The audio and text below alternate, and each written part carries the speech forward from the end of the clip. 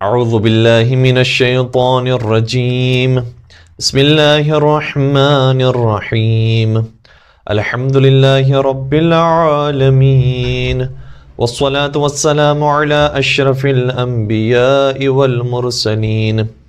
وخاتم النبیین سیدنا ومولانا ابی القاسم محمد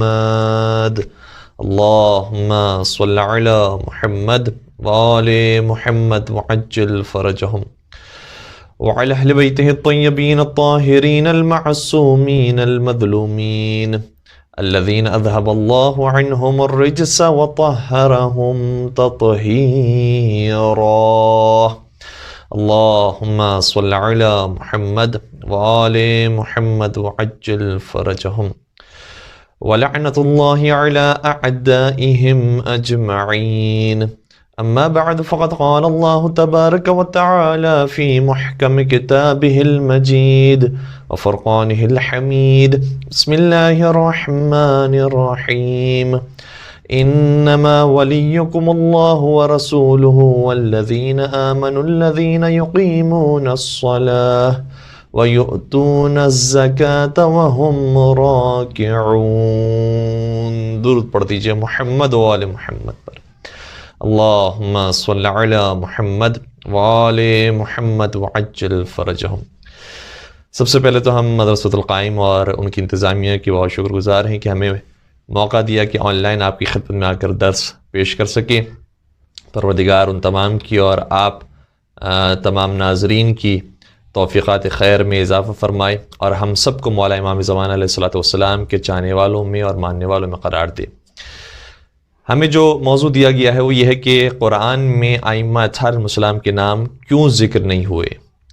اور سبھی جانتے ہیں کہ یہ ایک اہم ترین سوال ہے جو برادران اہل سنت کی طرف سے ہم پر آتا ہے کہ آپ جو اپنی مجالس کے اندر اس قدر اصول دین میں سے امامت کو قرار دیتے ہیں،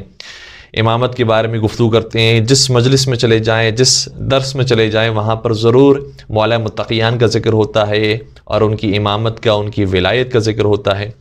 تو جو آپ اس قدر مولا متقیان کا ذکر کرتے ہیں، ائمہ علیہ السلام کا ذکر کرتے ہیں، تو یہ بتائیے کہ قرآن میں ان کے نام کہاں موجود ہیں، جبکہ قرآن کریم میں مختلف مقامات پر ایک سے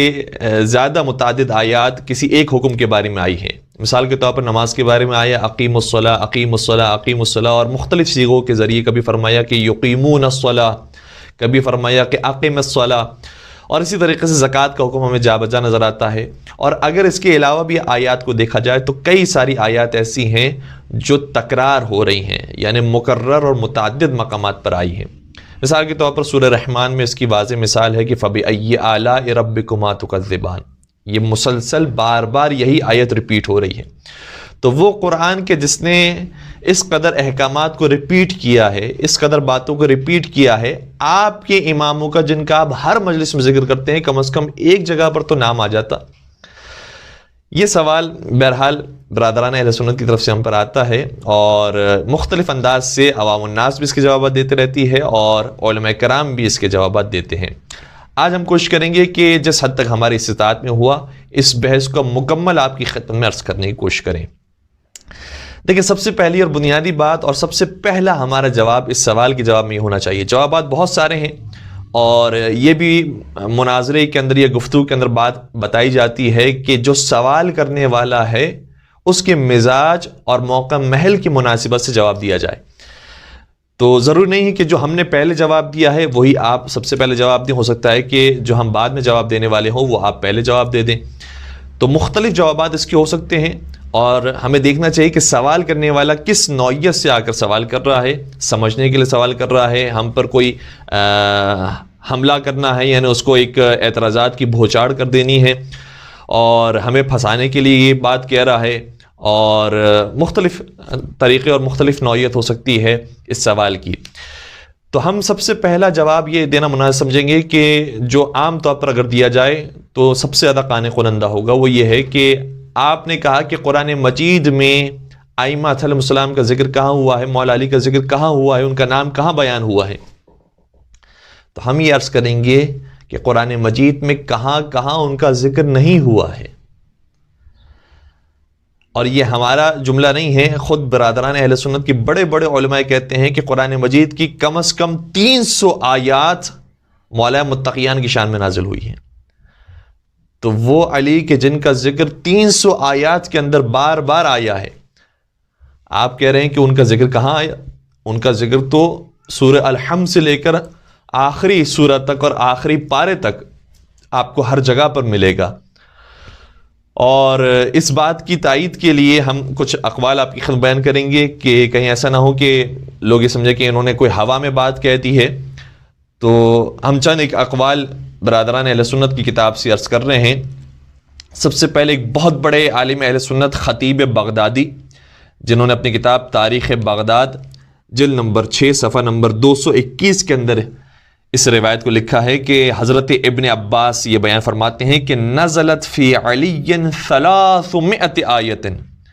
علی ابن ابی طالب صلی اللہ علیہ وسلم کی شان میں 300 آیتیں نازل ہوئی ہیں۔ اور 300 آیتیں نہ کسی صحابی کے بارے میں، نہ کسی زوجہ رسول کے بارے میں، اور نہ کسی اور کے بارے میں آئی ہیں کہ جتنی آیات مولا متقیان کی شان میں آئی ہیں۔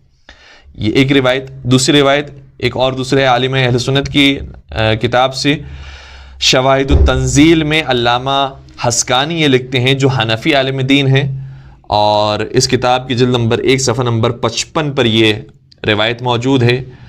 جناب ابن ابی لیلہ، عبد الرحمن بن ابن ابی لیلہ یہ فرماتے ہیں کہ لقد نزلت فی علی 80 آیتاً صفواً فی کتاب اللہ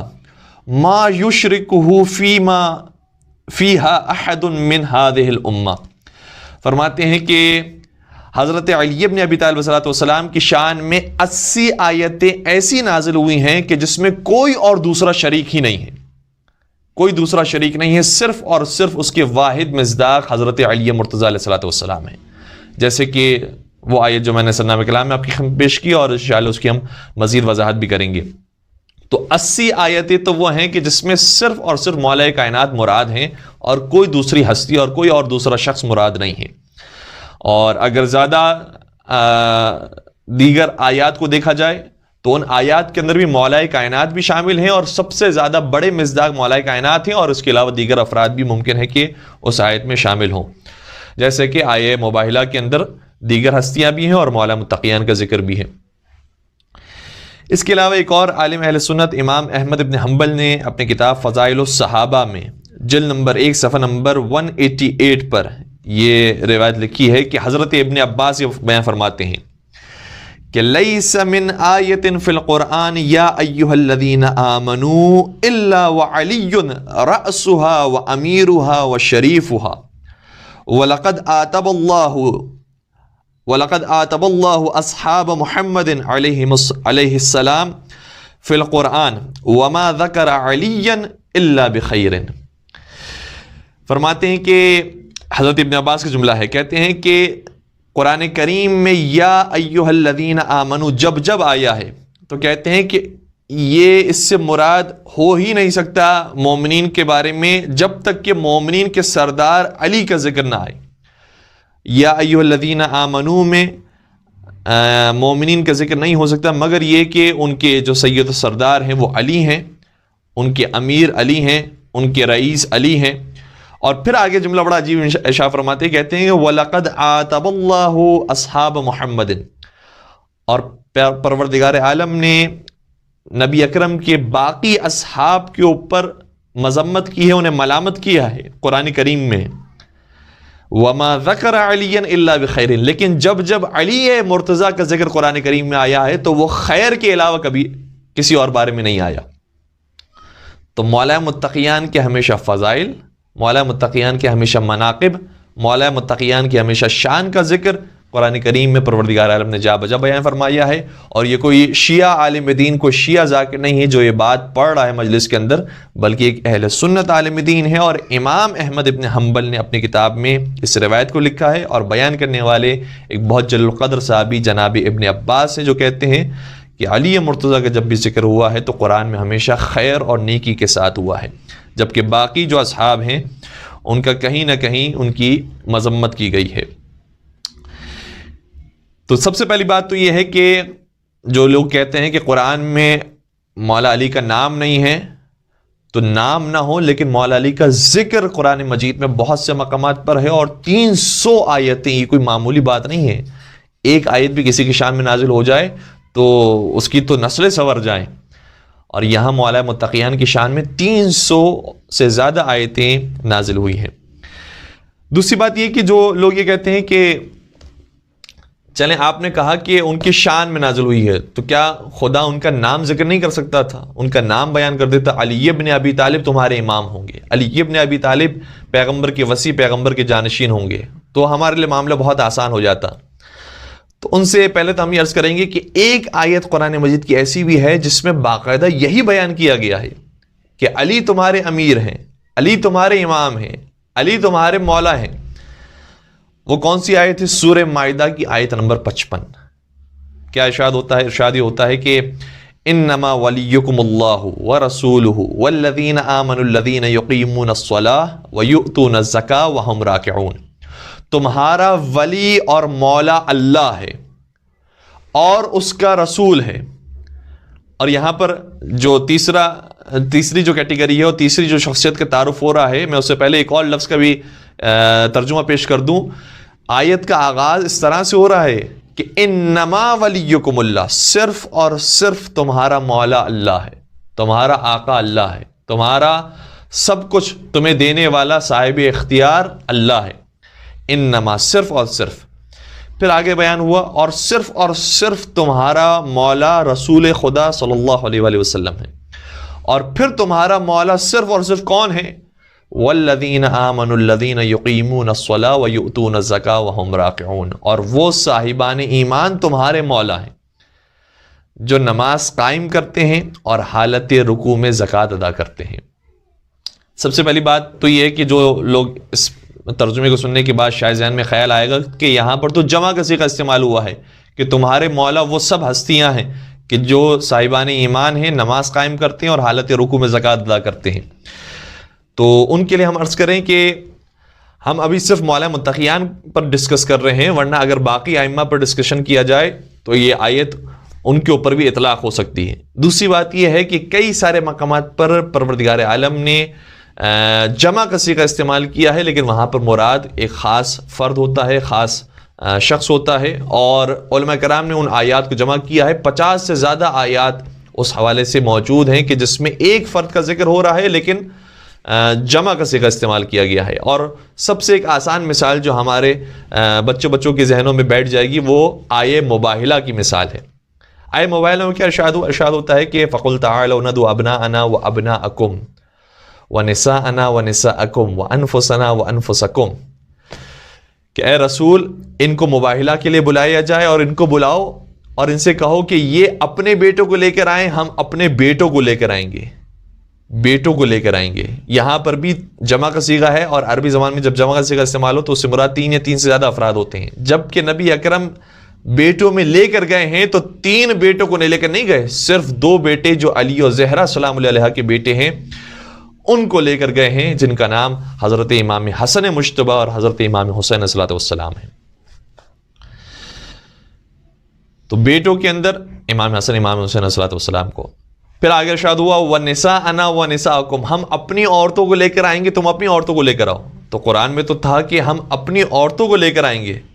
تو نبی اکرم کو قرآن کریم کی بظاہر آیت کے مطابق عمل کرتے ہوئے 3 یا 3 سے زیادہ عورتوں کو لے کر جانا چاہیے، لیکن نہیں، نبی اکرم جانتے ہیں کہ کبھی کبھار جمع کا صیغہ استعمال ہوتا ہے لیکن اس سے مراد واحد ہوتا ہے، اس کا مصداق ایک ہی شخص بن سکتا ہے۔ اس لیے یہاں پر بھی حضرت فاطمہ زہرا سلام اللہ علیہا کو نساءنا کی منزل پر نبی اکرم لے کر گئے۔ اور پھر آگے اگر آیت کو دیکھا جائے وَأَنفُسَنَا وَأَنفُسَكُمْ، ہم اپنے نفسوں کو لے کر آئیں گے، تم اپنے نفسوں کو لے کر آؤ، ہم اپنی جانوں کو لے کر آئیں گے، تم اپنی جانوں کو لے کر آؤ۔ تو جان رسول اکرم کے مقام پر اگر کوئی ہستی آئی ہے تو وہ حضرت علی مرتضیٰ علیہ السلام کی ہستی ہے۔ تو یہاں پر بھی تھا کہ جانوں کو لے کر آؤ، تو نبی اکرم کی جانیں یقیناً صحابہ کی تمنا یہ ہے کہ وہ جان رسول اکرم ہو جائیں، لیکن رسول اکرم نے بتایا ہے کہ میری جان اگر حقیقت میں کوئی بن سکتا ہے تو وہ صرف اور صرف حضرت علی مرتضیٰ بن سکتے ہیں۔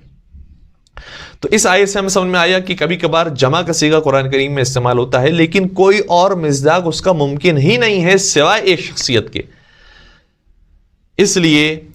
مصداق میں اگر دیکھا جائے تو وہ ایک ہی شخصیت مراد ہوتی ہے. اور شاید جمع کا صیغہ اس لیے بھی استعمال ہوتا ہے تاکہ لوگ یہ نہ کہیں کہ ہمارے لیے تو میدان ہی پروردگار نے بند کر دیا، ہمارے لیے تو مجال ہی پروردگار نے بند کر دیا، ہمارے لیے تو میدان اور پروردگار نے ہمارے لیے گنجائش ہی ختم کر دی. کہا نہیں، ہم نے گنجائش رکھی تھی لیکن اس معیار پر کوئی آ ہی نہیں سکتا سوائے ان ہستیوں کے. اسی طریقے سے آئے ولایت کے اندر انما ولیکم اللہ ورسولہ والذین آمنوا الذین یقیمون الصلاۃ ویؤتون الزکاۃ وہم راکعون. تو یہاں پر بھی جمع کا صیغہ استعمال ہو رہا ہے، لیکن پروردگار بتانا یہ چاہ رہا ہے کہ جمع کا صیغہ ہم استعمال کرنے کے باوجود ہم جانتے ہیں کہ اس معیار پر کوئی اور آ ہی نہیں سکتا سوائے حضرت علی مرتضیٰ علیہ الصلوۃ والسلام کی. تو اس آیت کے اندر بطور خاص وضاحت کے ساتھ یہ آ گیا کہ تمہارا ولی اور تمہارا مولا کون ہے جس نے حالت رکوع میں زکوٰۃ ادا کی ہے. اور ایسا نہیں ہے کہ یہ ہماری کتابوں کے اندر اور شیعہ تفاسیر کے اندر یہ موجود ہے کہ اس آیت سے مراد حضرت علی ہیں، ورنہ اگر ہم دیگر تفاسیر کو دیکھیں تو شاید وہاں پر کسی اور کا نام مل جائے، وہاں پر کوئی اور زکوٰۃ دینے والا ہو، کوئی اور حالت رکوع میں صدقہ دینے والا ہو. کوئی اور روایت نہیں ملتی سوائے حضرت علی مرتضیٰ کے کہ حضرت علی مرتضیٰ ہی تھے کہ جنہوں نے حالت رکوع میں زکوٰۃ دی اور یہ آیت نازل ہوئی. ہم چند علماء اہل سنت کی کتابوں کے نام آپ کی خدمت میں ذکر کر رہے ہیں تاکہ اندازہ ہو کہ ہماری بات مستحکم اور مستند بات ہے. اور صرف ہم آپ کی خدمت میں اب نام پیش کر رہے ہیں، ورنہ مکمل حوالے اگر آپ چاہیں تو بعد میں ہم مکمل حوالے بھی آپ کی خدمت میں پیش کر سکتے ہیں. اس آیت کے ذیل میں جنہوں نے لکھا ہے کہ اس آیت سے مراد مولا متقیان ہے اور مولا متقیان کی شان میں آیت نازل ہوئی، اس میں تفسیر طبری کے اندر یہ روایت موجود ہے، تفسیر ابن ابی حاتم کے اندر روایت موجود ہے. روح المعانی میں علامہ آلوسی نے، جو جدید علماء میں سے ایک بہت بڑے عالم دین ہیں، علامہ آلوسی نے اس بات کو لکھا ہے کہ اکثر روایتیں یہی کہتی ہیں کہ یہ آیت حضرت علی مرتضیٰ کی شان میں آئی ہے.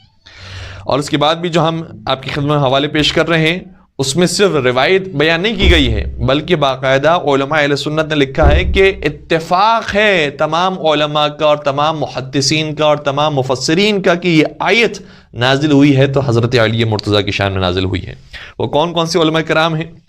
یہ تقریباً تمام ہی علماء کرام وہ ہیں کہ جنہوں نے علم عقائد میں اور علم کلام میں کام کیا ہے. یعنی اہل سنت کے جو عقائد کے ایکسپرٹس ہیں ان کے نزدیک یہ آیت نازل ہوئی ہے تو حضرت علی مرتضیٰ کی شان میں نازل ہوئی ہے. وہ کون سے علماء ہیں؟ قاضی عز الدین ایجی، بہت بڑے عالم اہل سنت، جو علم عقائد پر انہوں نے کتاب لکھی المواقف فی علم الکلام، اس میں انہوں نے اس بات کو ذکر کیا ہے. شرح المقاصد فی علم الکلام میں علامہ تفتازانی نے، سعد الدین تفتازانی نے اس بات کو لکھا ہے کہ یہ آیت بے اتفاق علماء حدیث اور علماء تفسیر حضرت علی کی شان میں نازل ہوئی ہے. اسی طریقے سے شرح تجرید الاعتقاد میں علامہ قوشجی نے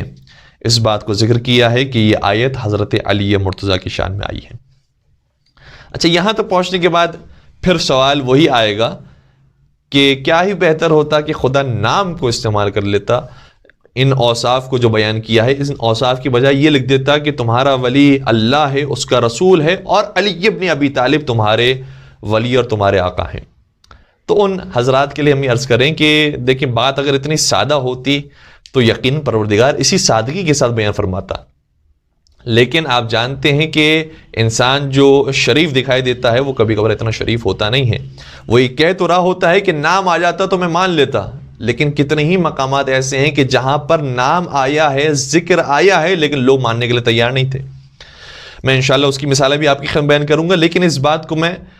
تھوڑی سی وضاحت کے لیے ایک جملہ عرض کرنا چاہوں گا. وہ یہ ہے کہ فرض کریں کہ اگر کسی مفکر سے، کسی دانشور سے، یا کسی بھی شخص سے، ایک عام انسان سے بھی سوال یہ ہوتا ہے کہ آپ کے سب سے فیوریٹ شاعر کون سے ہیں، آپ کے پسندیدہ شاعر کون سے ہیں، آپ کو سب سے اچھے شاعر کون سے لگتے ہیں. اور اگر وہ سامنے سے جواب میں یہ کہے کہ میرا پسندیدہ شاعر وہ ہے کہ جو شاعر مشرق ہے، میرا پسندیدہ شاعر وہ ہے کہ جس نے شکوہ اور جواب شکوہ لکھی ہے، میرا پسندیدہ شاعر وہ ہے کہ جس نے پاکستان کے آزادی کا خیال پیش کیا تھا. یہ ساری باتیں اگر بیان کی جا رہی ہیں تو خود بخود ہمارا ذہن ایک ہی ہستی کی طرف مائل ہو جاتا ہے اور ہمیں سمجھ میں آنے لگتا ہے کہ کس ذات کی اور کس شخص کی بات کی جا رہی ہے. چاہے آپ پھر نام نہ بھی لیں کہ ان کا پورا نام کیا تھا، ان کا اصلی نام کیا تھا، لیکن آپ نے صرف یہ کہہ دیا کہ میرا پسندیدہ شاعر شاعر مشرق ہے، میرا پسندیدہ شاعر وہ ہے کہ جو بانگ درا کا مؤلف ہے، اور بانگ درا جس نے لکھی ہے صاحب بانگ درا ہے، یا صاحب جواب شکوہ اور جواب شکوہ ہے. تو بس اتنا ہی کہنا کافی ہے کہ آپ کا اس کا مطلب پسندیدہ شاعر علامہ ڈاکٹر اقبال ہیں. پھر یہ کہنے کی ضرورت نہیں ہے. اور یہ تو میں نے ایک بہت سادہ سی مثال دی. اگر آپ معاملہ ایک سیاسی معاملہ سمجھیں، اور سیاسی معاملہ بھی ایک حکومتی معاملہ ہو جس میں جانتے ہوں کہ ایک شخص جو حکمران ہے اس کے بعد اب یہ حکومت کسی اور کو ملنے والی ہے، ٹرانسفر ہونے والی ہے، تو یہ معاملہ اتنا آسان نہیں ہوتا. اگر نام بہت واضح اور آشکار طریقے سے پیش کر دیا جائے تو کبھی کبھار بڑے بڑے فسادات اور فتنے ہو جاتے ہیں. اور ایک چھوٹی سی روایت کا بس میں اشارہ پیش کروں اور بات کو پھر آگے بڑھا دوں کہ چھٹے سرکار حضرت امام جعفر صادق علیہ السلام کو جب شہید کیا گیا تو منصور دوان کے ملعون نے، جس نے شہید کیا تھا، اس نے یہ کہا کہ جا کر چیک کرو کہ جعفر صادق نے اپنا نائب اور جانشین کس کو بنایا ہے اور کس کے نام پر وصیت لکھی ہے، اور جو بھی وصی ہو ان کا اسے بھی شہید کر دینا، قتل کر دینا. جب حاکم مدینہ پہنچا اور معلوم کیا کہ جعفر صادق نے وصیت میں کس کا نام لکھا ہے کہ میرے بعد میرا جانشین کون ہے، تو کیا دیکھا کہ سب سے پہلے نام لکھا تھا منصور دوانقی کا، پھر نام لکھا تھا اسی حاکم مدینہ کا، ظاہراً سلیمان اس کا نام تھا، پھر نام جناب حمیدہ خاتون کا بھی لکھا تھا، اور پھر عبداللہ افتحی کا نام بھی تھا، اور پھر حضرت امام موسیٰ کاظم علیہ السلام کا نام بھی تھا. تو امام جعفر صادق علیہ السلام جانتے ہیں کہ یہ جو حکومتی کام ہوتے ہیں اور اپنا جانشین بنانا ہوتا ہے، یہ کبھی کبھار بہت فتنہ فساد کو اپنے ساتھ لے کر آتا ہے. اس لیے اگر اپنے نائب کی جان بچانا ہو، اپنے اوصیاء کی جان بچانا ہو، تو ہر جگہ پر صراحت نہیں کی جاتی. عقل مندوں کو اشارہ دے دیا جاتا ہے جس سے سمجھ جاتے ہیں کہ ان کے بعد ان کا جانشین کون ہے اور امام کون ہوگا. تو جس طریقے سے چھٹے سرکار کے زمانے میں ہمیں یہ حساسیت نظر آتی ہے کہ یہ معاملات اتنے آسان نہیں ہوتے، یہی حساسیت ہر زمانے موجود تھی، بالخصوص نبی اکرم حضرت محمد مصطفیٰ صلی اللہ علیہ وآلہ وسلم کے زمانے میں، کہ انہوں نے بہت سارے مقامات پر اشارے ضرور دیے ہیں اور اکثر مقامات پر یہ وضاحت کے ساتھ بیان فرمایا کہ میرے بعد میرا جانشین کون ہے، میرا خلیفہ کون ہے، نائب کون ہے. لیکن جو مولا کائنات کے بعد کا سلسلہ ہے، وہ اگر مثال کے طور پر پورے قرآن کریم میں ان کے نام ایک ساتھ آ جاتے کہ سب سے پہلے امام علی ابن ابی طالب ہوں گے، پھر حسن ابن علی ہوں گے، پھر حسین ابن علی ہوں گے، پھر علی ابن الحسین ہوں گے، پھر محمد ابن علی ہوں گے، اور اسی طریقے سے آخر تک امام آ جاتے، تو مجھے بتائیے کہ جو دشمنان اسلام ہیں کیا وہ آسانی سے انہیں تلاش کر کے پھر سب سے پہلے شہید نہیں کر دیتے؟ سب سے پہلے انہی کو ڈھونڈا جاتا کہ جو اسلام کے محافظ ہیں ان کو سب سے پہلے قتل کر دیا جائے، شہید کر دیا جائے، تاکہ اسلام کا شیرازہ بکھر جائے. تو دشمنان اسلام کے لیے تو کام اور آسان ہو جاتا اگر یہ نام قرآن کریم میں آ جاتے. اس لیے دشمنان اسلام کے شر سے بچانے کے لیے ائمہ اصحاب اسلام کے اسماء حسنہ کو اور اسماء گرامی کو قرآن کریم میں نہیں ذکر کیا گیا، لیکن جو اوصاف بیان کیے گئے ہیں اگر ان اوصاف کو تلاش کیا جائے تو کسی اور ذات میں نہیں ملیں گے سوائے علی اور اولاد علی کے جو ائمہ علیہم السلام ہیں. اور اس بات کی اگر حساسیت کو تھوڑا سا اور میں آپ کی خدمت کروں تو اس طرح سے ہوگا کہ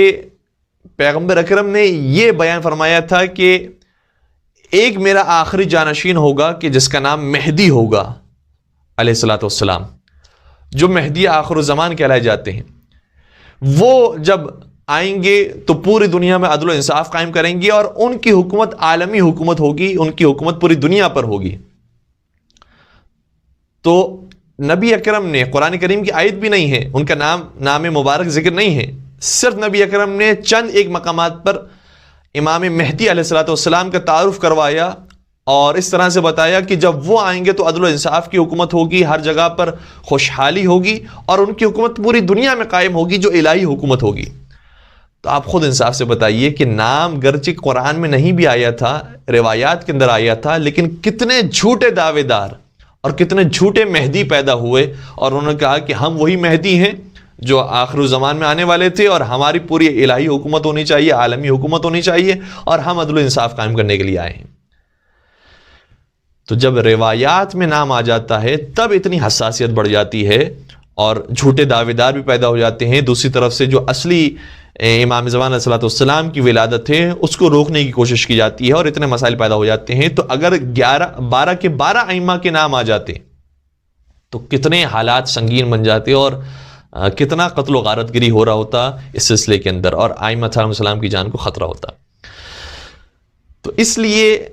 ہر جگہ پر نام کا ذکر کرنا یہ ضروری نہیں ہوتا، بلکہ زیادہ فساد اس کے اندر ہوتی ہے کہ اشاروں کے اندر، کنایوں کے اندر اور اوصاف کے ساتھ بات کی جائے تاکہ سمجھدار افراد سمجھ جائیں کہ حق کہاں پر ہے۔ اور یہ عربی زبان کے اندر بھی محاورہ استعمال ہوتا ہے، اور ہر زبان کے اندر کسی نہ کسی طریقے سے استعمال ہوتا ہے کہ الکنایہ ابلغ من التصریح، کنایے سے بات کرنا یہ زیادہ بلیغ ہوتا ہے، زیادہ فصیح ہوتا ہے، اور زیادہ بات کو پہنچانے والا ہوتا ہے صراحت کرنے سے۔ بات کو اگر صراحت کے ساتھ پیش کر دیا جائے تو وہ فصاحت و بلاغت نہیں ہوتی کہ جو کنایے کے اندر فصاحت و بلاغت ہوتی ہے۔ اس لیے پروردگار عالم نے قرآن کریم میں ائمہ علیہم السلام کے اسماء گرامی کو بیان نہیں کیا کہ جو فصاحت و بلاغت ہے وہ باقی رہے، اور جو پہنچنے والے ہیں وہ حق تک آسانی کے ساتھ پہنچ جائیں۔ دوسری بات یہ ہے کہ جس طرح سے ہم نے امام مہدی علیہ السلام کے حوالے سے ایک اشارہ کیا کہ ان کا نام صراحت کے ساتھ بیان ہوا تو کتنے جھوٹے دعوے دار پیدا ہوئے، اور بالخصوص خلفاء بنی عباس میں کتنے مہدی نام کے افراد یا مہدی سے ملتے جلتے نام کے افراد پیدا ہوئے، چونکہ امام مہدی کے مختلف القاب بھی بیان ہوئے ہیں۔ اور باقاعدہ اگر وہ مشہور مہدی عباسی کا ذکر کیا جائے کہ جو خلیفہ بنی عباس تھا، تو اس نے ظاہری طور پر یہی اپنے آپ کو پیش کیا کہ میں وہی امام مہدی ہوں، نعوذ باللہ، کہ جو دنیا میں عدل و انصاف قائم کروں گا، اور پہلے بڑی نیک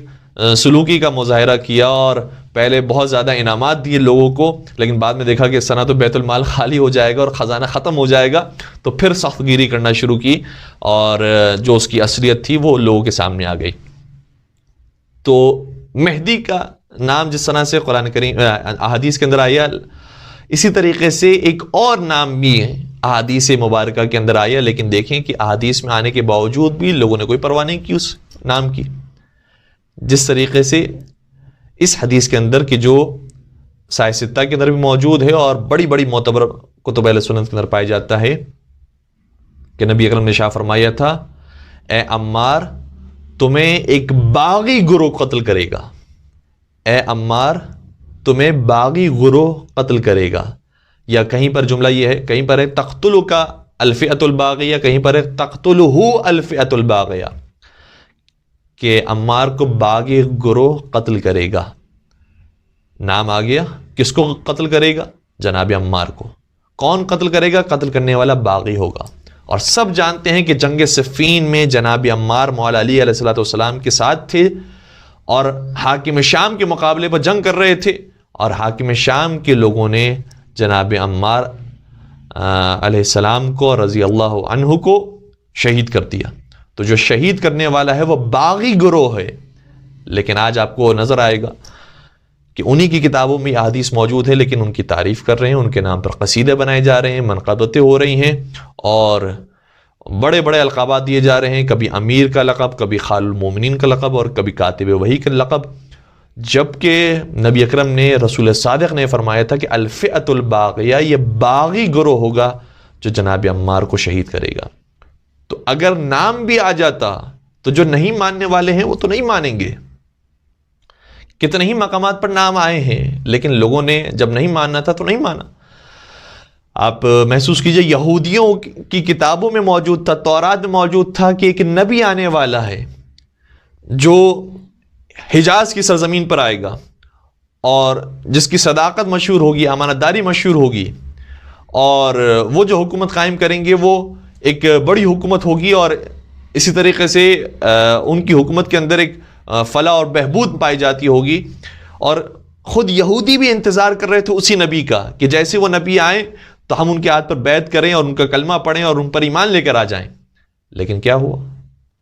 جیسے ہی سرکار ختم مطلب حضرت محمد مصطفیٰ صلی اللہ علیہ وآلہ وسلم تشریف لائے تو یہودی تھے کہ جنہوں نے انکار کیا. اور انکار کیسے کیا؟ ان کی کتابوں میں تو نام موجود ہے، پھر کیسے انکار کیا؟ کہا کہ نہیں، یہ کوئی اور محمد ہے، اور وہ جو ابھی ہمارے سامنے آئے ہیں وہ کوئی اور محمد ہے. تو جب انسان کو نہیں ماننا ہو تو بہانے بہت سے ہوتے ہیں کہ نہیں، یہ کسی اور کا ذکر ہو رہا ہے. اگر نام آ جاتا مولا علی کا قرآن کریم میں تو کہتے نہیں، یہ تو کوئی اور علی ہے کہ جن کا نام آیا ہے. یا جس طریقے سے بعض عیسائیوں نے بھی یہ خیانت کی ہے کہ انجیل میں، بائبل میں سرکار کا نام موجود ہے محمد، جو فاران کی چوٹی کے قریب سے نکلیں گے اور فاران کے پہاڑیوں کے قریب سے ان کی آمد ہوگی اور ان کی بعثت ہوگی. تو انہوں نے سرکار کے نام محمد کا ترجمہ محمد کرنے کے بجائے محمد کا جو ترجمہ جو لغوی معنی ہوتا تھا وہ لغوی معنی لکھ دیا ترجمے کے اندر. کہا کہ ایک وہ شخص آئے گا کہ جس کی بہت زیادہ توصیف کی جائے گی، جس کی ثنا کی جائے گی، جس کی تعریف کی جائے گی، ایک وہ شخص پیدا ہوگا. اور فاران کی چوٹی سے مراد بھی، فاران کا مطلب بھی ایک لغوی معنی کے اندر ظاہراً ایک اونچی پہاڑیاں لیا، اور جو نام تھا فاران جن پہاڑی سلسلوں کا، وہ نام ہٹا کر اس کا ترجمہ پیش کر دیا اور اس کا لغوی معنی کر دیا. تو اگر مولا علی کا نام بھی قرآن میں آ جاتا تو علی کا بھی ایک لغوی معنی ہے جس کا مطلب بلند ہے. تو لوگ کہتے کہ نہیں، یہاں پر تو بلندی کا ذکر ہو رہا ہے، یہاں تو ایک برتری کا ذکر ہو رہا ہے. ایک مثال کے طور پر ایک ایسے شخص کا ذکر ہو رہا ہے کہ جو بلند و بالا ہے، اور وہ کوئی بھی ہو سکتا ہے، وہ فلاں بھی ہو سکتا ہے، وہ فلاں بھی ہو سکتا ہے، وہ فلاں بھی ہو سکتا ہے. یہاں پر نام علی کا ذکر تو نہیں آیا. تو جب لوگ ترجمہ کرتے اور نہ سمجھنے والے اور انکار کرنے والے اپنی دلیل پیش کرتے تو بہت سے بہانے ان کے پاس موجود ہیں. وہ کہتے کہ نہیں، یہاں پر تو نام مراد ہی نہیں ہے، یہاں پر تو ایک معنی ہے جو مراد ہے. اس لیے پروردگار عالم زیادہ بہتر جانتا ہے. پروردگار عالم نے جو قرآن کریم میں ہدایت کا سلسلہ رکھا ہے وہ ایسا بہترین سلسلہ ہے کہ آج بھی جو ہدایت پانے والے ہیں وہ آسانی کے ساتھ قرآن کریم کو پڑھنے کے بعد ہدایت پا سکتے ہیں. اور پھر اگر ہم دیگر آیات کو بھی دیکھیں تو آیات کا انکار کرنے والے لوگ بھی کتنے موجود تھے. فرض کریں کہ نام آ جائے مولا متقیان کا، 12 ائمہ علیہم السلام کے نام بھی موجود ہوں، تو انکار کرنے والوں، جس طرح سے بھی میں نے ذکر کیا کہ بہانے موجود ہوتے ہیں، کتنے بہانے مختلف آیات کے حوالے سے لوگوں نے دیے ہیں. اور اب واقعی میرے پاس وقت نہیں ہے کہ میں بہت تفصیل سے آپ کی خدمت بیان کروں، صرف اشارے آپ کی خدمت عرض کر رہا ہوں. مثال کے طور پر قرآن کریم میں یہ جائز قرار دیا ہے متع کرنے کو، صیغہ کرنا یہ جائز ہے. اور قرآن کریم کے صراحت کے ساتھ آیت موجود ہے کہ فمس تمتعتم به منہن فاتوہن اجورہن، سورہ نساء کی آیت نمبر 24،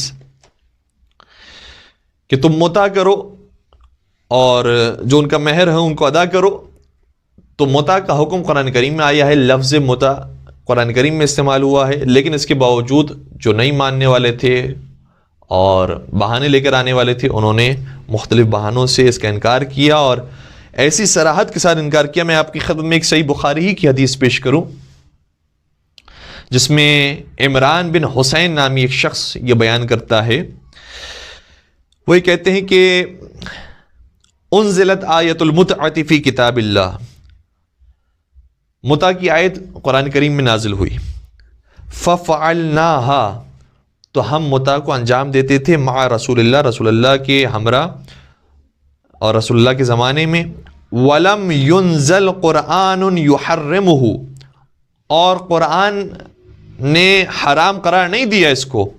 اور نہیں روکا نبی اکرم کو، یا نہیں روکا کسی کو متع کرنے سے. ولم ينهى عنها، اور نہ ہی روکا گیا متع کرنے سے کسی کو. حتی ماتا، یہاں تک کہ نبی اکرم اس دنیا سے رخصت ہو گئے. تو نبی اکرم کے زمانے میں متع ہوتا تھا، متع کیا جاتا تھا. ایک صحابی کہہ رہے ہیں کہ ہم کیا کرتے تھے اور قرآن کریم نے منع بھی نہیں کیا، یہاں تک کہ نبی اکرم اس دنیا سے وصال فرما گئے. پھر انہوں نے آگے بیان فرمایا، کہتے ہیں کہ قال رجل برأیہ ما شاء، پھر ایک شخص پیدا ہوا کہ جس نے اپنے رائے اور اپنے فتوے کے حساب سے جو چاہا ویسا فتویٰ دے دیا۔ پھر آگے ایک اور شخص کے بارے میں لکھا ہے کہ اس شخص نے یہ بیان کیا ہے کہ وہ کون سا شخص تھا کہ جس نے اپنی رائے کے مطابق متع کو حرام قرار دیا۔ قال محمد یقال انہ عمر، تو محمد یہ کہتے ہیں کہ کہا جاتا ہے کہ وہ شخص کہ جس نے متع کو حرام قرار دیا تھا وہ خلیفہ ثانی جناب عمر تھے۔ اور یہ ایک مقام پر نہیں، صحیح مسلم کو دیکھیں، مسند احمد ابن حنبل کو دیکھیں، اور متعدد اہل سنت کتابوں کے اندر بڑے دھڑلے کے ساتھ اور کھلے الفاظ میں لکھا ہے کہ یہ متع نبی اکرم کے زمانے میں حلال تھا، خلیفہ اول کے زمانے میں بھی لوگ انجام دیا کرتے تھے، خلیفہ ثانی کے بھی ابتدائی دور کے اندر لوگ حتیٰ انجام دیا کرتے تھے، لیکن پھر ایک دن خلیفہ ثانی نے اسے حرام قرار دیا اور کہا کہ یہ متع نبی اکرم کے زمانے میں ہوا کرتا تھا، لیکن میں اسے حرام کرتا ہوں اور میں اس سے روکتا ہوں، منع کرتا ہوں۔ اور آج تک برادران اہل سنت میں اسے حرام سمجھا جاتا ہے، جبکہ قرآن کریم میں وضاحت کے ساتھ آیت موجود ہے، احادیث میں تواتر کے ساتھ اس کا جواز اور اس کی حلیت ہمیں نظر آتی ہے، لیکن جب کوئی نہیں ماننے والا ہو تو اس کا کوئی علاج نہیں کیا جا سکتا۔ یہ ایک مثال نہیں ہے، قرآن کریم میں کتنے ہی احکامات آئے ہیں کہ جن کو نہیں ماننے والے تھے انہوں نے اس کا انکار کیا اور نہیں مانا۔ آپ پیروں میں مسح کا حکم دیکھ لیجئے، قرآن کریم کی واضح آیت ہے، سورہ مائدہ کی آیت نمبر 6 ارشاد ہوتا ہے کہ وَامْسَحُوا بِرُؤُوسِكُمْ وَأَرْجُلِكُمْ إِلَى الْكَعْبَيْنِ۔ جب وضو کا بیان ہو رہا ہے کہ وضو میں کیا کرنا چاہیے انسان کو، تو بیان ہوا کہ اپنے سروں کا مسح کرو اور اپنے پیروں کا مسح کرو ٹخنوں تک۔ تو باقاعدہ یہ لفظ قرآن کریم میں آیا ہے، لیکن آج بہت سارے افراد وہ ہیں کہ جو مسح کرنے کے بجائے پیروں کو دھوتے ہیں، جبکہ قرآن مجید میں ہے کہ وَامْسَحُوا بِرُؤُوسِكُمْ وَأَرْجُلِكُمْ إِلَى الْكَعْبَيْنِ۔ تو جو نہیں ماننے والے ہیں ان کے پاس مختلف بہانے موجود ہیں کہ نہیں، یہاں عطف نہیں ہوا ہے، عطف کسی اور مقام پر ہوا ہے، اور انہوں نے انکار کیا۔ اسی طریقے سے وراثت کا معاملہ آپ دیکھیں تو شہزادی کونین حضرت فاطمہ زہرا سلام اللہ علیہا کو اپنے بابا جان کی وراثت سے جو محروم کیا گیا ہے، تو کون سی آیت ہے کہ جس کو دلیل بنا کر انہوں نے حضرت زہرا سلام اللہ علیہ کو وراثت سے محروم کیا؟ کوئی آیت نہیں، بلکہ آیت اس کے برخلاف موجود ہے۔ آیتوں کے اندر تو یہ ہے کہ ایک نبی دوسرے نبی کا وارث بنتا ہے، وَوَرِثَ سُلَيْمَانُ دَاوُودَ، حضرت سلیمان علیہ السلام حضرت داؤد علیہ السلام کے وارث بنے۔ تو باقاعدہ قرآن کریم میں وراثت کا لفظ آیا ہے، وارث کا لفظ آیا ہے، لیکن اس کے باوجود جو انکار کرنے والے ان کا کہ نہیں، نبی کبھی بھی نہ وارث بنتے ہیں نہ وارث بناتے ہیں، جبکہ یہاں پر اس آیت میں نبی وارث بن بھی رہے ہیں، وارث بنا بھی رہے ہیں۔ اور اسی طریقے سے متعدد آیات، اور وراثت کے موضوع پر جو متعدد آیات ہیں، چونکہ ایک مستقل موضوع ہے جو عام طور پر ایام فاطمہ بیان ہوتا ہے، انشاءاللہ بعد میں فرصت ہوئی تو اسے ہم تفصیل سے ہی بیان کریں گے۔ اس کے علاوہ خمس جو قرآن مجید میں واضح آیت موجود ہے کہ وَاعْلَمُوا أَنَّمَا غَنِمْتُم مِّن شَيْءٍ فَأَنَّ لِلَّهِ خُمُسَهُ وَلِلرَّسُولِ وَلِذِي الْقُرْبَى وَالْيَتَامَى وَالْمَسَاكِينِ وَابْنِ السَّبِيلِ، کہ جان لو کہ جو تم غنیمت حاصل کرتے ہو اور جو کمائی حاصل کرتے ہو، یہ ترجمہ بھی ہم شیعہ ترجمہ پیش نہیں کر رہے ہیں، کئی سارے بزرگان اہل سنت نے یہ ترجمہ لکھا ہے کہ جو کمائی حاصل ہوتی ہے، جو کسب و کار سے پیسے ملتے ہیں، فَأَنَّ لِلَّهِ خُمُسَهُ، تو اللہ کے لیے اس کا خمس نکال دو۔ تو خمس نکالنا قرآن کریم کے مطابق واجب ہے، لیکن دیکھیں کتنے ایسے ہیں کہ جو جانتے نہیں کہ خمس بھی کوئی عبادت ہے اور خمس بھی قرآن نے واجب قرار دیا ہے، اور زندگیاں گزر جاتی ہیں لیکن خمس نہیں نکالا، اور باقاعدہ بہت سارے لوگ اس کا انکار کرنے والے ہیں کہ نہیں، یہ خاص زمانے کے لیے آئی تھی اور آج کے زمانے میں یہ آیت امپلیمنٹ نہیں ہوتی، اور مختلف بہانوں سے خمس سے گریز کرنے والے لوگ موجود ہیں۔ تو حکم قرآنی ہے لیکن حکم قرآنی کی مخالفت کرنے والے لوگ موجود ہیں۔ تو اگر ائمہ علیہ السلام کے نام بھی آ جاتے اور ان کی امامت کا بھی باقاعدہ ذکر ہو بھی جاتا، تو بھی جو انکار کرنے والے ہیں ان کے پاس ہمیشہ راستے موجود ہوتے ہیں۔ اور پھر بات اگر توحید سے ہی شروع کی جائے تو قرآن کریم نے کتنے مقامات پر توحید کو بیان کیا ہے کہ وہ خدا کون ہے، اس کو پہچانو، اس کو سمجھو اور اس کی صفات کو جانو، اور کتنے مقامات پر آیا ہے کہ لیس کمثلہ شیء، اس کہ مثل کوئی چیز ممکن ہی نہیں ہے. تم جسم رکھتے ہو، تم سانس لیتے ہو، تم آنکھوں کے محتاج ہو دیکھنے کے لیے، تم کانوں کے محتاج ہو سننے کے لیے، تم بولنے کے لیے زبان کے محتاج ہو. وہ پروردگار کی ذات ایسی ہے کہ جو کسی اور چیز کی شبیہ نہیں ہے، وہ کسی اور چیز کی مثل نہیں ہے. لیس کمثلہ شیء، اس کی مثل اور کوئی چیز نہیں ہے. یہ قرآن کریم میں مسلسل اس بات کو بیان کیا گیا اور پیغام آیا. لیکن اس کے باوجود جو جسم خدا کے قائل تھے وہ قائل ہو گئے. انہوں نے کہا کہ بعض تو ایسے بھی ہیں کہ جو دنیا میں بھی جسم خدا کے قائل ہیں اور کہتے ہیں کہ ہر شب جمعہ پروردگار اپنا نعوذ باللہ اپنا پائے مبارک، اپنا پیر اس دنیا میں اتارتا ہے اور لوگوں کے اوپر اس کی رحمتیں نازل ہوتی ہے اس طریقے سے. اور اکثر لوگ یہ کہنے والے ہیں کہ اس دنیا میں تو ہم پروردگار کا دیدار نہیں کر سکتے، لیکن اس دنیا میں جانے کے بعد پروردگار کا دیدار ہوگا اور خدا کسی مجسم صورت کے اندر ہمیں نظر آئے گا، جس طریقے سے ایک عام انسان دکھائی دیتا ہے. تو کتنے مقامات پر خدا کا تعارف ہو رہا ہے، خدا کی پہچان کروائی جا رہی ہے، خدا کی معرفت کروائی جا رہی ہے. لیکن جو نہیں سمجھنے والا ہے اور خدا کی توحید کو بھی صحیح طرح سے کسب کرنے والا نہیں ہے، وہ نہیں سمجھا اور مختلف چیزیں پروردگار کے حوالے سے بنا لی گئیں. اور پھر اگر ہم نبوت کی بات کریں تو نبی اکرم کو معصوم قرار دیا گیا ہے، خطا سے محفوظ قرار دیا گیا ہے. ما ينطق عن الهوى ان هو الا وحی یوحی، وہ کوئی کلام نہیں کرتے مگر یہ کہ وحی الہی کے مطابق. لیکن کتنے لوگ ایسے ہیں کہ جنہوں نے ایسی روایات پر اکتفا کیا ہے اور یہ کہا ہے کہ نہیں، روایت کے اندر فلاں مقام پر آیا ہے کہ نبی اکرم سے سہو ہو گیا، فلاں مقام پر آیا ہے کہ نبی اکرم سے خدا نخواستہ کوئی غیر شائستہ عمل انجام دے دیا انہوں نے. اور کیسی کیسی روایتیں آپ دیکھیں تو صحیح کہ سائے ستہ کے اندر اور مختلف کتابوں کے اندر بھری پڑی ہیں کہ نبی اکرم کس طرح سے کام کیا کرتے تھے اور کیا کیا عمل انجام دیا کرتے تھے. تو وہ نبی اکرم کے جن کو معصوم قرآن کریم بیان فرما رہا ہے، جن کو پاک اور طاہر بیان فرما رہا ہے، جب ہم روایات کو دیکھتے ہیں تو عجیب و غریب روایتیں ملتی ہیں اور انہی روایتوں کو پھر دیکھنے کے بعد انسان اپنے عقیدے بنا رہا ہے، قرآن کی آیتوں کو چھوڑ دیا. تو اگر قرآن کی آیتوں میں نام آ بھی جاتے تو جہاں اور مشکلات ہیں وہاں یہ مشکل بھی ہو جاتی کہ لوگ ان آیات کا انکار کرنے والے ہوتی ہے اور مختلف بہانوں سے کہتے کہ نہیں، یہاں پر فلاں شخصیت مراد نہیں ہے، فلاں شخصیت مراد ہے. آپ ان کا بھی حسب و نسب دیکھیں تو وہی حسب و نسب ہے کہ جو قرآن کریم میں بیان ہوا ہے. اور پھر دیگر شخصیات پیدا ہو جاتی ہیں کہ جن کو لوگ جھوٹے امام بنا لیتے. پھر ایک آخری جواب اور بات کو مکمل کریں. دیکھیں، ہم نے جو بات شروع کی تھی وہ یہ تھی کہ قرآن کریم میں نام اگر ذکر نہیں ہے تو دیکھیں کہاں کہاں ذکر مولا کائنات موجود نہیں ہے. بہت سارے مقامات پر، 300 سے زیادہ مقامات پر موجود ہے. دوسری بات یہ ہے کہ خود قرآن کریم میں آیات بھی موجود ہیں کہ جس کے اندر ذکر ہوا ہے کہ مولا متقیان تمہارے سرپرست، تمہارے والی، تمہارے وارث، تمہارے حاکم مولا متقیان ہے، جس طریقے سے آئے ولایت کے اندر آیا. اور پھر اگر آیات غدیر کو دیکھا جائے تو مزید اور اس کے اندر استحکام پیدا ہوتا ہے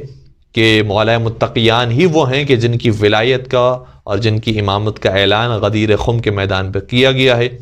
سورہ مائدہ کی آیت نمبر 3 میں یہ ارشاد ہوتا ہے کہ الیوم اکملت لکم دینکم واتممت علیکم نعمتی ورضیت لکم الاسلام دینا. سورہ مائدہ کی آیت نمبر 67 کے اندر ارشاد ہوتا ہے کہ یا ایھا الرسول بلغ ما انزل الیک من ربک فان لم تفعل فما بلغت رسالتہ واللہ یعصمک من الناس. اے رسول، وہ حکم پہنچا دیجئے کہ جو آپ پر پہلے ہی نازل کیا جا چکا ہے، اور اگر آپ نے یہ حکم نہیں پہنچایا تو آپ نے رسالت کا کوئی عمل انجام نہیں دیا اور پروردگار آپ کو لوگوں کے شر سے بچانے والا ہے. تو یہ کون سا ایسا حکم تھا کہ جس میں اتنے خطرات بھی ہیں اور خدا کی طرف سے اتنا جلالانہ انداز بھی ہے کہ اگر آپ نے یہ حکم نہیں پہنچایا تو کوئی رسالت کا کام انجام نہیں دیا، کوئی آپ نے نماز کو نہیں پہنچایا، زکوٰۃ کو نہیں پہنچایا، خمس کو نہیں پہنچایا، حج کو نہیں پہنچایا، آپ نے کتنے ہی اعمال انجام دیے، وہ سب کے سب ہم سمجھیں گے کہ جیسے رائے گاہ چلے گئے اگر آپ نے یہ حکم نہیں پہنچایا. تو یہ کون سا حکم ایسا ہے کہ جو اتنا زیادہ اہمیت رکھتا ہے جتنی کسی اور حکم کی اہمیت نہیں ہے. تو خود کتب اہل سنت کے اندر بھی روایات موجود ہیں. ہم آپ کو بہت مختصراً عرض کر رہے ہیں، ورنہ یہ ایک مکمل موضوع ہے کہ آیات غدیر ہی کافی ہیں مولا متقیان کی ولایت کو ثابت کرنے کے لیے۔ وہ علماء اہل سنت کی جنہوں نے آیے غدیر یعنی پہلے آیے تبلیغ کے حوالے سے عرض کریں کہ یا ایھا الرسول بلغ ما انزل الیک من ربک، اس میں مراد مولا متقیان کی ولایت اور ان کی جانشینی کا پیغام ہے۔ تفسیر ابن ابی حاتم کے اندر اس روایت کو ذکر کیا ہے، یہ بھی عالم اہل سنت ہیں۔ روح المعانی میں علامہ آلوسی نے روایتوں کو بیان کیا ہے، در المنصور میں علامہ سیوطی نے بیان کیا ہے، اور کئی اور متعدد کتابوں کے اندر۔ اسی طریقے سے الیوم اکملت لکم دینکم واتممت علیکم نعمتی والی آیت بھی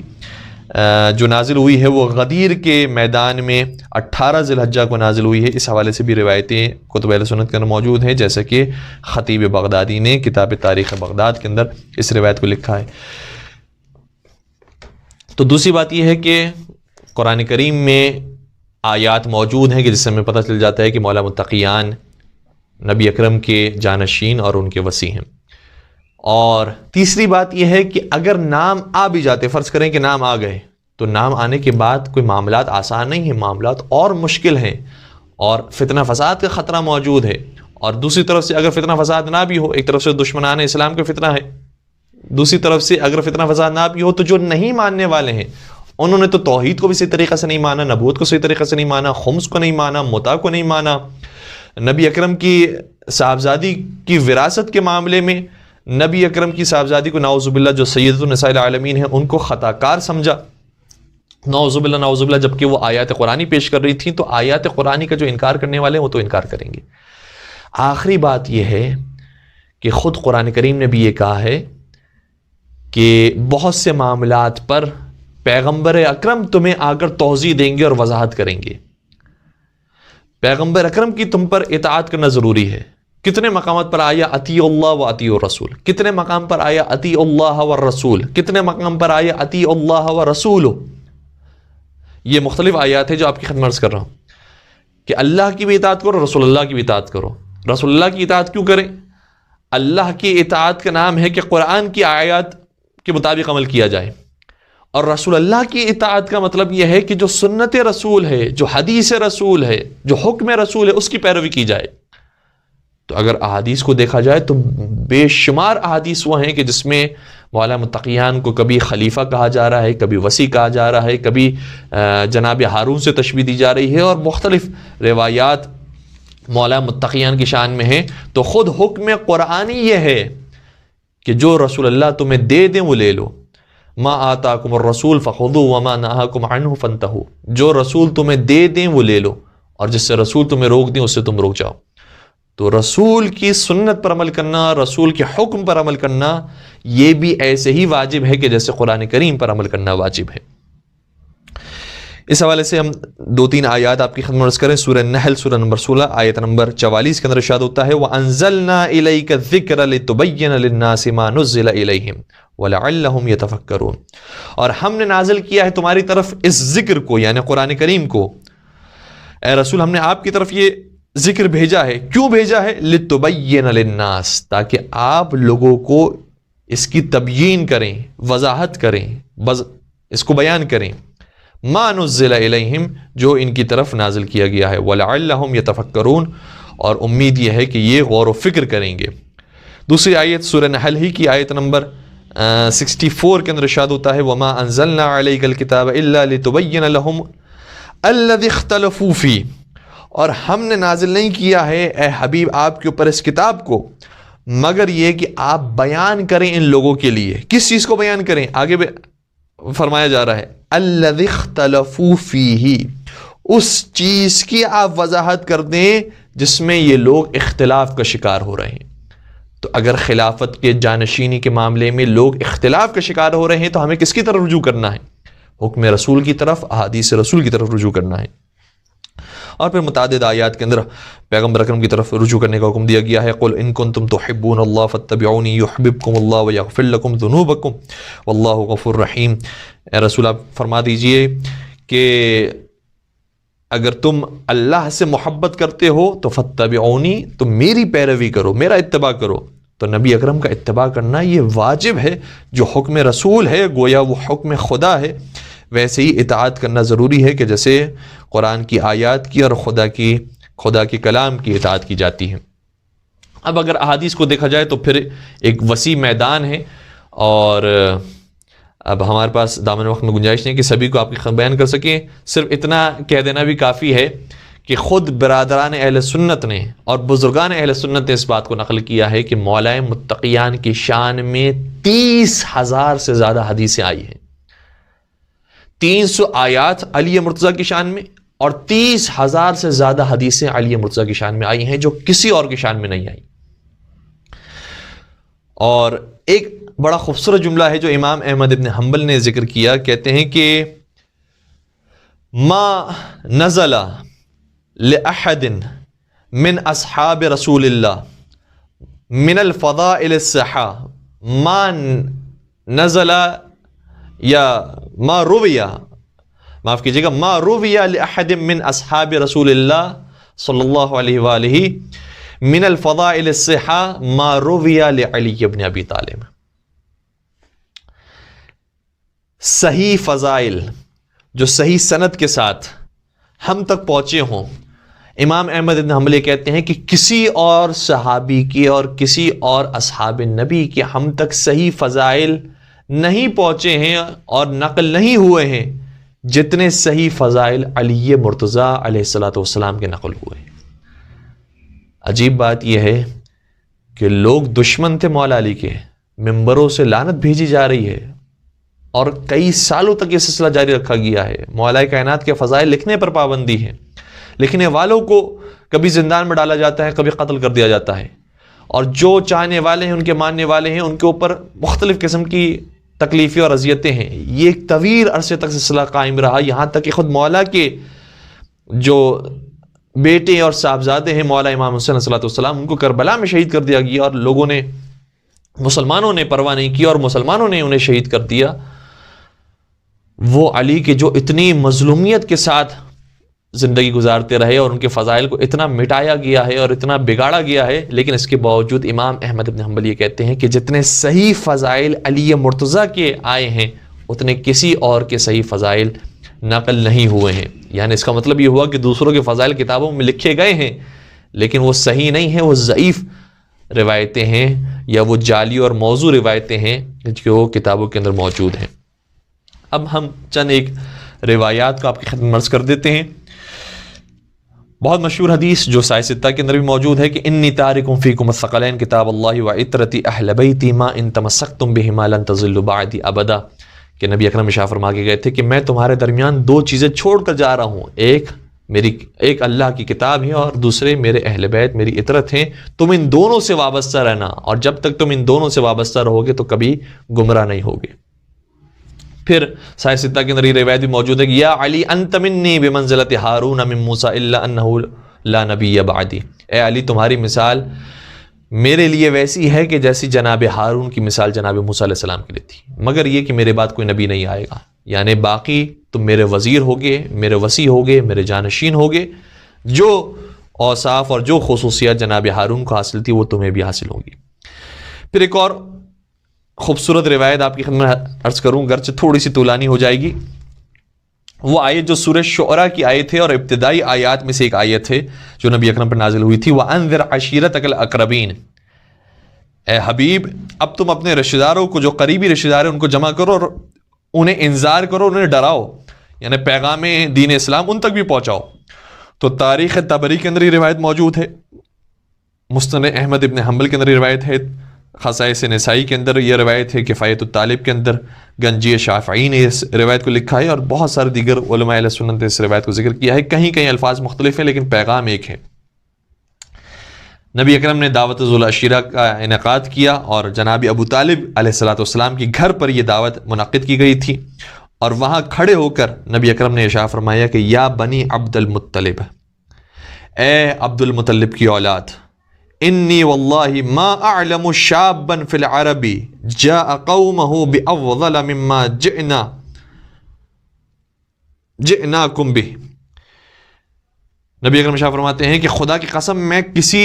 عربی جوان کو نہیں جانتا ہوں جو اپنی قوم کے لیے مجھ سے زیادہ بہتر بات پیش کرے جو میں تمہارے لیے لے کر آیا ہوں۔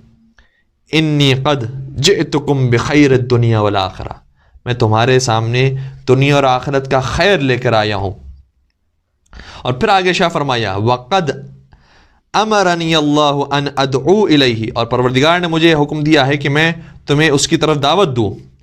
فأیکم یوارزنی علی ھذا الامر علی ان یکون اخی و خلیفتی فیکم، تو تم میں سے کون ہے جو میری مدد کرے تاکہ میں اسے اپنا بھائی بنا لوں اور اپنے بعد اپنا خلیفہ قرار دوں۔ تاریخ طبری کے جملے یہ ہیں، تو کوئی اور کھڑا نہیں ہوا سوائے حضرت علی مرتضیٰ کے، اور 3 مرتبہ یہی کام ہوا کہ صرف حضرت علی مرتضیٰ لبیک یا رسول اللہ، لبیک یا رسول اللہ کہتے رہے۔ تو نبی اکرم نے ارشاد فرمایا کہ ان ھذا اخی و وصی و خلیفتی فیکم فاسمعوا له واطیعوا، فرمایا تو یہی میرا بھائی ہے، علی ہی میرے بھائی ہیں، علی ہی میرے بعد میرے وصی ہیں، اور علی ہی میرے خلیفہ ہیں۔ فاسمعوا له، تو اس کی بات سنو اور اس کی اطاعت کرو۔ اللہ اکبر۔ اور پھر جب لوگ اٹھے ہیں اس محفل سے، تو حتیٰ روایت کا جملہ یہ ہے کہ جناب ابو طالب سے مخاطب ہو کر بعض کفاران قریش نے یہ کہا کہ اے ابو طالب، اب تم اپنے بیٹے کی اتباع کرنا اور تم اپنے بیٹے کی اطاعت کرنا۔ اور اس جملے سے یہ بھی پتہ چل گیا کہ خود حضرت ابو طالب بھی نبی اکرم کی بات پر ایمان لانے والے تھے، اسی لیے تو ابو طالب سے کہا کہ آپ اب اپنے بیٹے کی بات کی پیروی کرنا اور ان کی اطاعت کرنا، کیونکہ نبی اکرم کے جو وارث اور جانشین ہیں وہ حضرت علی مرتضیٰ علیہ الصلوۃ والسلام ہوں۔ اور پھر متعدد روایات، من کنت مولاہ فہذا علی مولا علی منی وانا منہ، علی مع الحق والحق مع علی یدور حیثما دار، علی مع القرآن والقرآن مع علی۔ اور پھر اگر ایک خوبصورت سی روایت کی بات کی جائے تو پھر اس کے لیے مکمل ایک نشست کی ضرورت ہوگی کہ نبی اکرم نے یہ بھی بیان فرمایا تھا کہ میرے بعد 12 جانشین ہوں گے، اور ان کے نام کیا ہوں گے یہ بھی نبی اکرم نے بیان فرمایا تھا۔ اور اس کا اشارہ بھی صحیح بخاری کے اندر متعدد مقامات پر موجود ہے، صحیح مسلم کے اندر متعدد مقامات پر موجود ہے۔ اور ایک روایت کے جملہ ہم آپ کی خدمت میں عرض کر رہے ہیں کہ نبی اکرم نے ارشاد فرمایا تھا کہ یکون 12 امیرا، صحیح بخاری کے جملے یہ ہیں کہ نبی اکرم نے فرمایا کہ میرے 12 امیر ہوں گے،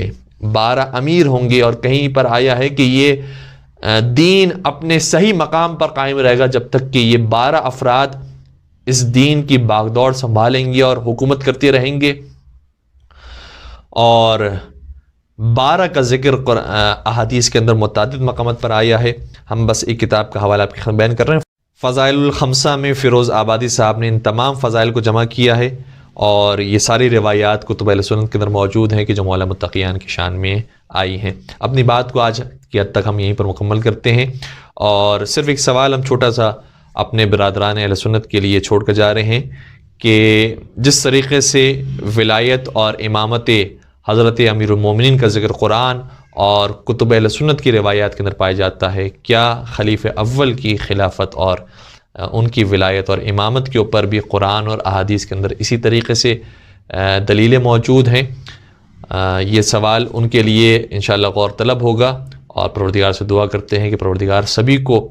وصی رسول کی حقیقی معرفت حاصل کرنے کی توفیق عطا فرمائے، ان کی محبت اور ان سے عقیدت رکھنے کی ہمیشہ ہمیں توفیق عطا فرمائے، اور ہماری نسلوں کے اندر محبت محمد و آل محمد کو جاری و ساری فرمائے، اور قائم آل محمد حضرت حجت بن الحسن کے ظہور میں تعجیل فرمائے، اور ان کے عاشقین و محبین میں ہم سب کا نام شامل فرمائے۔ ربنا تقبل منا انک انت السمیع العلیم وتب علینا انک انت التواب الرحیم برحمتک یا ارحم الراحمین۔